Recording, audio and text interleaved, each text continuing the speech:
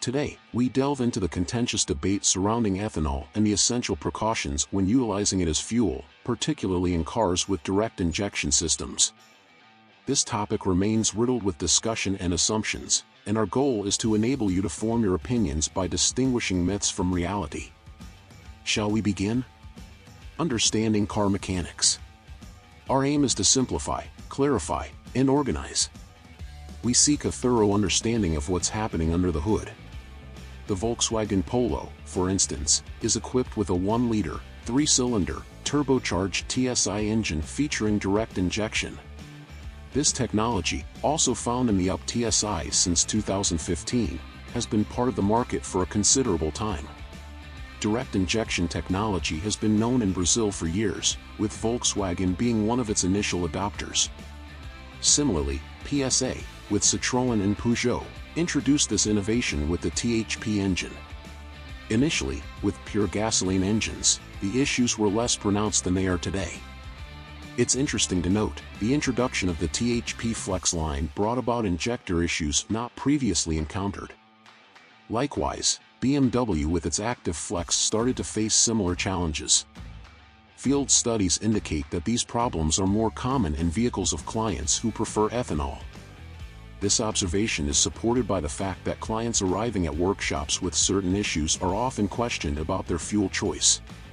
"Yes, I use only ethanol," many respond. In contrast, vehicles with over 70,000 kilometers, which never needed injector or high-pressure pump interventions, are typically those of users who prefer gasoline. "Yes, I lean more towards gasoline," they state. It seems unlikely to be a coincidence. There appears to be a direct correlation with the type of fuel used. And I'm not referring to adulterated fuel but rather the specific use of pure ethanol or gasoline, even with 27% ethanol blend. Efficient car maintenance. Imagine taking your vehicle to a well-equipped workshop, with technical expertise, qualified professionals, and the right tools. If your car has a direct injection engine and it's warm, what would you observe? Under ideal conditions, there should be perfect sealing in the pump and injectors. If you turn off the engine and then restart it, keeping only the electronic feed active and a scanner connected, you can monitor the high-pressure parameter.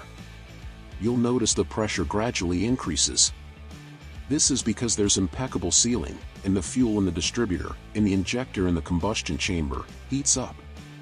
This heat is transferred through the injector, in contact with the cylinder head, and the distribution tube, raising the fuel pressure. The pressure sensor in the distributor records this increase. This is the expected behavior in most vehicles with direct injection. If everything is functioning as it should, the pressure will rise. Conversely, if the pressure begins to drop, it indicates leaks in the injectors or issues with the fuel pump. The fuel pump, fed directly from the tank through a hose, an ethanol sensor, connects to a metal tube leading the fuel to the high-pressure pump. This mechanical piece, supplied by an electric pump operating around 6 bars, has the capacity to adjust and provides fuel on demand to the high-pressure pump, ensuring efficient control of the system. Common issues include failures in the injector nozzle and internal defects in the pump, allowing fuel to contaminate the engine oil. This alters the blow-by gases and gives the oil characteristics similar to those of fuel. A frequent problem is the loss of pressure through the return, allowing pressure equalization, a phenomenon due to the failure in maintaining proper sealing. Prolonged use of ethanol as the primary fuel can lead to these issues, especially in high-pressure pumps. The recommendation is to alternate the use of ethanol with gasoline to mitigate these negative effects.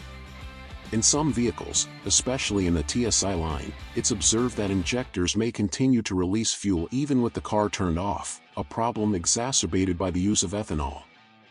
For TSI vehicle owners seeking quality maintenance, choosing a trustworthy workshop is crucial.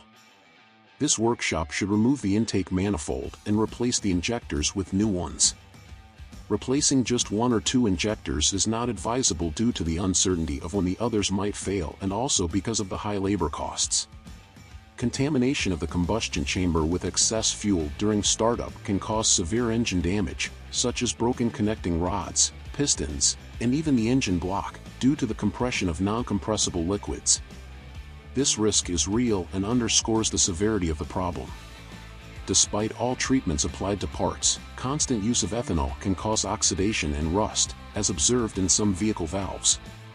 This indicates that, despite advancements, parts including spark plugs and direct injection components require specific treatments to withstand ethanol's corrosive effects. Ethanol, myth or reality? Labeling ethanol as a mere myth doesn't seem accurate. I view ethanol as an excellent national fuel, which, according to studies, emits fewer pollutants. However, it's vital to acknowledge that it can cause issues in vehicles. In automobiles with carburetors, for instance, a special treatment was necessary for ethanol use, differentiating it from gasoline engines. I'm not just referring to adjustments due to the fuel mix but to specific treatments like nickel plating. Those who remember carburetors understand the importance of distinct treatment since then. With the advent of electronic injections, one of the initial challenges was ensuring that fuel pumps could withstand ethanol. Renowned brands like Marelli and Bosch had to develop pumps with specific treatments for this purpose. Still skeptical? This is because many professionals, accessing the same information as I do, create controversies that I see as unnecessary. Disregarding the damages to this direct injection system, attributing them to myths about ethanol use, is a significant oversight. Owner's manuals reinforce these observations. For example, the Compass manual explicitly warns, in turboflex vehicles, it's recommended to alternate the exclusive use of ethanol with gasoline every 10,000 kilometers to prevent ethanol contaminants. This aims to preserve engine performance, especially during startup. Stellantis, merely by providing this information, deserves recognition, unlike other brands that do not. Some argue that certain parts, like injector nozzles, are designed to withstand ethanol without issues. However, I believe, for instance, the injectors used in the UP, although German, were not specifically developed for Brazilian ethanol but adapted for flex use through new programming. Both the nozzles and fuel pumps, originally intended for gasoline engines in Europe, are the same used in Brazil, receiving only a flex calibration and adaptations like the ethanol sensor.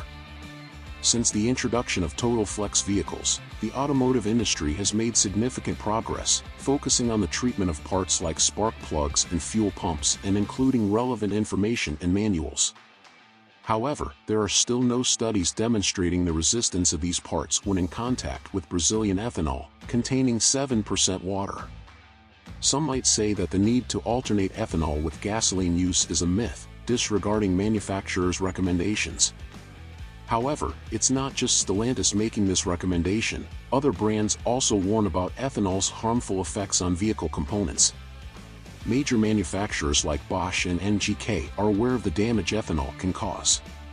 The guidance to alternate between ethanol and gasoline isn't exclusive to a single brand but is a practice recommended by several, highlighting the need for caution with ethanol use in vehicles. But what do you think? Are you among those who believe this entire topic is a myth designed to scare the industry? Share your opinion in the comments below.